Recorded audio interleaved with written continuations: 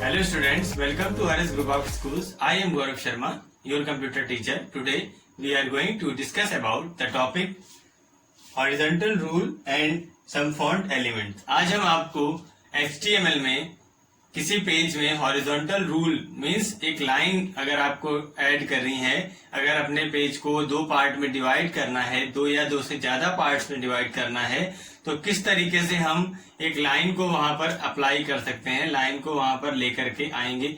तो उसके लिए हमें कौन से टैग का, कौन से एलिमेंट का यूज करना है, किस तरीके से उसका सिंटेक्स लिखना है, किस तरीके से उसकी कोडिंग करनी है, उसके बारे में आज हम बात करेंगे। ये बहुत इंपॉर्टेंट रूल है आपका, बहुत ही इंपॉर्टेंट एक एलिमेंट है, क्योंकि जब हम किसी पेज को डिजाइन करते हैं तो उस पेज में हम केवल एक पर्टिकुलर टॉपिक को लेकर के नहीं चलते हैं। वेबसाइट जब हम बनाते हैं तो हम कोशिश करते हैं कि एक पेज में ज्यादा से ज्यादा चीजों को एडजस्ट कर पाए। जैसे कि मान लीजिए अगर हम होम पेज की बात करते हैं तो होम पेज में हम बहुत सारे टॉपिक को एक साथ एडजस्ट करते हैं, क्योंकि उसका लिंक हम बाकी सारे पेजेस से करने की कोशिश करते हैं। तो अगर उसमें हम बहुत सारे ऐसे अलग अलग सब्जेक्ट्स, अलग अलग टॉपिक्स को लेकर के एक पेज क्रिएट करेंगे तो उन सारे टॉपिक्स को अलग अलग डिवाइड होना भी जरूरी है, ताकि वो आसानी से समझ में आए कि ये पोर्शन अलग है, ये पोर्शन अलग है। ठीक है, तो ऐसे समय के लिए हमको वहां पर लाइन ड्रॉ करनी पड़ेगी या उसका डिवाइडेशन वहां पर दिखाना पड़ेगा। तो उसके लिए हम लोग इस हॉरिजॉन्टल रूल टैग एलिमेंट का यूज करेंगे। इसी तरीके से कुछ फॉन्ट एलिमेंट्स हमने आपको लास्ट क्लास में डिस्कस करे थे, तो उसमें से कुछ बचे हुए जो फॉन्ट एलिमेंट्स हैं उनके बारे में भी आज हम डिस्कस करेंगे। तो सबसे पहले हम लोग ये देखेंगे कि हॉरिजॉन्टल रूल एलिमेंट जो है उसका सिंटैक्स किस तरीके से लिखते हैं और उसका कोडिंग किस तरीके से करते हैं। देखिए यहाँ पर हॉरिजॉन्टल रूल टैग के 3 एलिमेंट्स यहाँ पर दिए गए हैं। ठीक है, तो ये इसके एट्रीब्यूट्स हैं। ठीक, हॉरिजॉन्टल रूल एलिमेंट जो है उसके एट्रीब्यूट्स यहाँ पर लिखे हैं। 3 डिफरेंट अलग अलग यहाँ पर आपको एट्रीब्यूट्स दिए हैं कि हम किस तरीके से इनका यूज करेंगे। सबसे पहले यहाँ पर हमने लिखा है HR साइज। तो जो हमारी लाइन है, जो हम लाइन वहां पर ड्रॉ करना चाहते हैं, उसका साइज क्या रखना चाहते हैं। साइज मीन्स उसकी जो विड्थ है, उसकी जो चौड़ाई है वो कितनी होगी, साइज की बात कर रहे हैं। ठीक है, इसी तरीके से विड्थ की बात कर रहा है 50%, तो उसकी चौड़ाई कितनी होगी, लाइन की कितनी जगह उसको कवर करेगी, ठीक, कितनी उसकी मोटाई होगी, उसकी भी बात यहाँ पर करेंगे। और इसी तरीके से कलर कौन सा लाइन का, वैसे तो जनरल अगर हम कोई नहीं कलर देंगे तो ब्लैक कलर लेगा, या उसका डिफॉल्ट जो ब्राउजर का कलर होगा उसको ले लेगा, नहीं तो हम यहाँ पर कलर देंगे तो वो उसको रेड कलर, जो भी कलर हम यहाँ पर दे रहे हैं उस कलर को वहां पर वो लेगा। ठीक है, तो इस तरीके से हम लोग जो हमारा ये हॉरिजॉन्टल रूल टैग है उसके ये 3 एट्रीब्यूट्स हैं, इनको अब हम प्रोग्राम में अप्लाई करके देखेंगे कि इसका हम प्रोग्राम में कैसे इसको यूज करेंगे। अब हम यहाँ पर एक छोटा सा सिंपल सा प्रोग्राम देखेंगे जिसमें आपको इस हॉरिजॉन्टल टैग को यूज करना बताया जाएगा। हम सबसे पहले यहाँ पर HTML लिखेंगे, फिर हेड, फिर यहाँ पर टाइटल टैग यूज करेंगे। देखिए टाइटल टैग आपको पता है कैसे यूज किया जाता है। टाइटल लिख करके यहाँ पर कोई भी टाइटल हमने दे दिया, होम पेज। ठीक है, यहाँ पर हमने टाइटल को क्लोज कर दिया, फिर यहाँ पे हमने हेड को भी क्लोज कर दिया। ठीक है, अब इसके बाद में हम यहाँ पर एक बॉडी एलिमेंट ले रहे हैं, बॉडी। ठीक है, बॉडी एलिमेंट के बारे में आप पढ़ चुके हैं, तो हम यहाँ पर लेना चाहते हैं body BG colour equals to, हमने ले लिया यहाँ पर येलो। ठीक है, बॉडी BG कलर हमने ले लिया येलो। कोई भी यहाँ पर हम एक टेक्स्ट टाइप कर सकते हैं, वेलकम टू माय वेबसाइट। ठीक है, हमने यहाँ पर एक सिंपल टेक्स्ट यहाँ पर टाइप कर दिया। जो हमारा पेज का बॉडी BG कलर येलो लिखने से क्या हो गया, जो हम वेबसाइट, जो वेब पेज बना रहे हैं उसका जो बैकग्राउंड कलर होगा वो येलो हो जाएगा। ठीक है, अब हमने क्या किया, यहाँ पर बॉडी को क्लोज कर दिया। नहीं, बॉडी को हम यहाँ पर क्लोज कर सकते हैं, लेकिन देखिए हम क्या करना चाहते हैं, यहाँ पर अभी HR टैग को भी यूज करना चाहते हैं। ठीक, तो हम उस टैग को यूज करने के बाद में फिर हम उसको बॉडी को क्लोज करेंगे। ठीक है, तो देखिए HR टैग कैसे यूज किया जाएगा। यहाँ पर हम लिखेंगे HR colour is equals to red, size is equals to 10। ठीक, अब हमने इसको यहां पर क्लोज कर दिया। ठीक है, अब इसके बाद में अब हम बॉडी टैग को यहां पर क्लोज कर देंगे, जो कि हम पहले क्लोज कर रहे थे, पहले नहीं करेंगे इस, क्योंकि ये हमारा जो एलिमेंट होगा ये बॉडी एलिमेंट के अंदर ही ये HR एट्रीब्यूट का हम यूज करेंगे।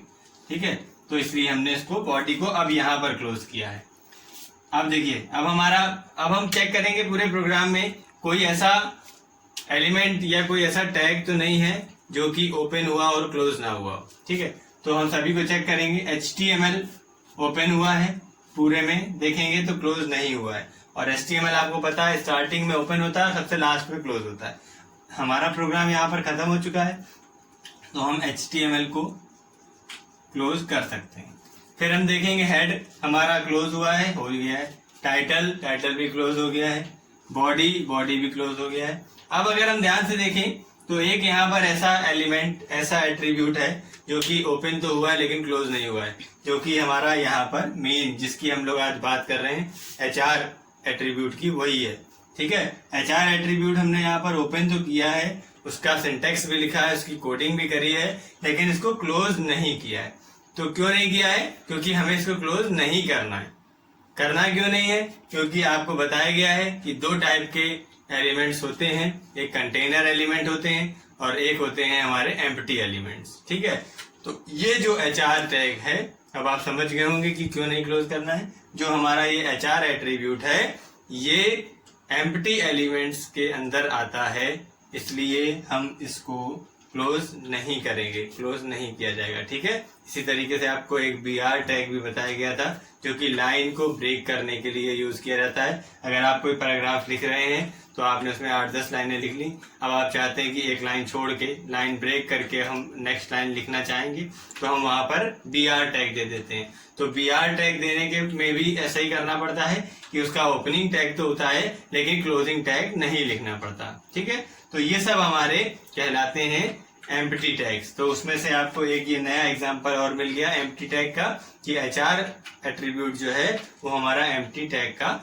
एग्जांपल है। ठीक, तो इस तरीके से हम पेज को जब डिजाइन करेंगे तो हमारा ये पेज पूरा बन करके आएगा, और पेज का कलर क्या आएगा? येलो, और कलर येलो आने के साथ में इसका जो भी हम ये लाइन लिखेंगे, इस लाइन को लिखने के बाद में नीचे एक लाइन बन करके आ जाएगी। तो इसका हम डिमॉन्स्ट्रेशन भी अपने नेक्स्ट वीडियो में भी उसको भी डिस्कस करेंगे, इसका डिमॉन्स्ट्रेशन देखेंगे कि किस तरीके से ये हम इस कोडिंग को लिखते हैं और फिर किस तरीके से उसको सेव करके रन करने पे कैसे इसका आउटपुट आता है, उसके बारे में भी हम लोग नेक्स्ट वीडियो में इसके देखेंगे। उसके पहले हम लोग आज कुछ टॉपिक हमारे फॉन्ट एलिमेंट्स के भी रह गए थे, उनको भी डिस्कस कर लेते हैं। तो देखते हैं कि कौन कौन से टॉपिक फॉन्ट एलिमेंट्स में आज हम पढ़ेंगे।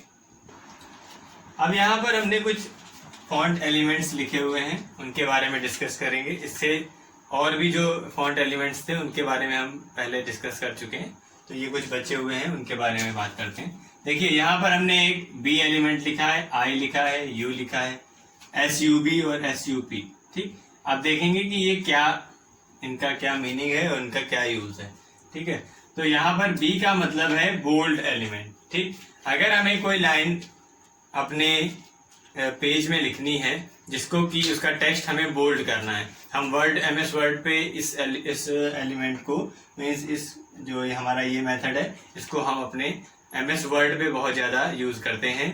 जब हम उसमें कोई चीज टाइप करते हैं तो अगर टाइप करने में कोई हेडिंग है हमारी, या कोई अगर आपका स्पेशल कोई लाइन लिखी हुई है, हाईलाइट करना चाहते हैं उसको, तो हम इस बोल्ड टैग का यूज वहां पर भी करते हैं। तो वहां पर बोल्ड ऑप्शन का यूज करते हैं और वो हमारा लाइन बोल्ड हो जाती है। तो इसीलिए हम यहाँ पर हम बोल्ड टैग का यूज करेंगे। अगर हम यहाँ पर जो भी लाइन लिख देंगे, ठीक है, तो वो हमारी हो जाएगी बोल्ड। जैसे हमने यहाँ पर लिख दिया दिस इज बोल्ड। ठीक, इतना लिखा बस हमने, और इसको हमने बी टैग को क्लोज कर दिया। अब ये चीज ध्यान रखिएगा कि ये जितने भी यहाँ पर हमने एलिमेंट्स लिखे हुए हैं, फॉन्ट एलिमेंट्स के एट्रीब्यूट्स हैं, तो ये सभी के सभी जो हैं वो हमारे कंटेनर एलिमेंट्स के अंदर आते हैं। तो इनको ओपन भी करना है, आपको क्लोज भी करना है। ठीक, इसी तरीके से हमने यहाँ पर लिखा दिस इज इटैलिक, ठीक है, इसको हमने आई को क्लोज कर दिया। फिर हमने यहाँ पर लिख दिया this text is under line, ठीक है, हमने यू को क्लोज कर दिया। ठीक, इसी तरीके से सबस्क्रिप्ट और सुपरस्क्रिप्ट, देखिए ये क्या है, सबस्क्रिप्ट है और ये है सुपरस्क्रिप्ट। इसका यूज क्या होता है, आपने देखा होगा हम एमएस वर्ड में जब कोई चीज टाइप करते हैं, मान लीजिए हम कोई मैथमेटिकल इक्वेशन टाइप कर रहे हैं, तो आपको इक्वेशन में पावर लगाने की जरूरत पड़ती है और बेस लगाने की भी जरूरत पड़ती है। ठीक है, जैसे हम लोग बाइनरी नंबर्स को पढ़ते हैं, नंबर सिस्टम पढ़ते हैं, तो बाइनरी ऑक्टल नंबर सिस्टम आपको बताया जाता है। तो हम नोटबुक में लिखते हैं सिंपल, तो बेस लिखना है तो हम यहाँ पर ब्रैकेट लगाया और यहाँ पर बेस लिख दिया। ठीक, अब ये चीज अगर हम वर्ड पे डायरेक्ट करना चाहेंगे तो नहीं होगा जब तक हम किसी एक पर्टिकुलर ऑप्शन का यूज नहीं करेंगे। तो वहां पर हमको ये सबस्क्रिप्ट और सुपरस्क्रिप्ट का यूज करके इस टाइप की चीजों को लिखना में मदद मिलती है। ठीक, तो जैसे कि यहाँ पर ये जो बेस में लिखा हुआ है ये कहलाएगा हमारा सबस्क्रिप्ट। अगर हम किसी चीज की पावर लिखना चाहते हैं 5 की पावर 2, तो ये हमारा कहलाएगा सुपरस्क्रिप्ट। ठीक है, वही चीज यहाँ पर भी है, हम इसके आगे जो भी टेक्स्ट लिख देंगे वो हमारा सबस्क्रिप्ट, सब वाले के सामने जो लिख देंगे वो सबस्क्रिप्ट में हो जाएगा, और जो सुपर के आगे लिख देंगे वो सुपरस्क्रिप्ट में हो जाएगा। अब इसका यूज कैसे करेंगे, जैसे मान लीजिए हमको 5 की पावर 2 लिखना है, ठीक है, तो हम 5 यहाँ पर लिखेंगे और उसके आगे सब लिख करके यहाँ पर लिख देंगे 2, और सब को यहाँ पर क्लोज भी कर देंगे। ठीक है, सबको क्लोज कर देंगे। तो अब होगा क्या, तो ये 5 की पावर 2 नहीं, यहाँ पर क्या आएगा 5 बेस 2। ठीक है, 5 का बेस आ जाएगा 2। इस तरीके से अगर हम पावर में लगाना चाहते हैं यही चीज, तो हम इसको यहाँ पर लिख देंगे ऐसे, यहाँ लिखेंगे 5 और यहाँ लिखेंगे 2, तो जब इसका आउटपुट आएगा तो ये अपने आप 5 की पावर 2 बन करके आ जाएगा। ठीक है, तो ये 5 आएगा और नेक्स्ट इसका 2 आएगा, लेकिन 2 जो आएगा वो सुपर स्क्रिप्ट पे आएगा, तो वो उसकी पावर बन के आ जाएगा। तो इस तरीके से अगर हमें कोई वेब पेज क्रिएट कर रहे हैं, उसमें हम बोल्ड फॉन्ट का यूज करना चाहते हैं, इटैलिक, इटैलिक आप जानते हैं थोड़े से टिल्ट मीन्स तिरछे अक्षर होते हैं, वो हमारे इटैलिक लेटर्स कहलाते हैं।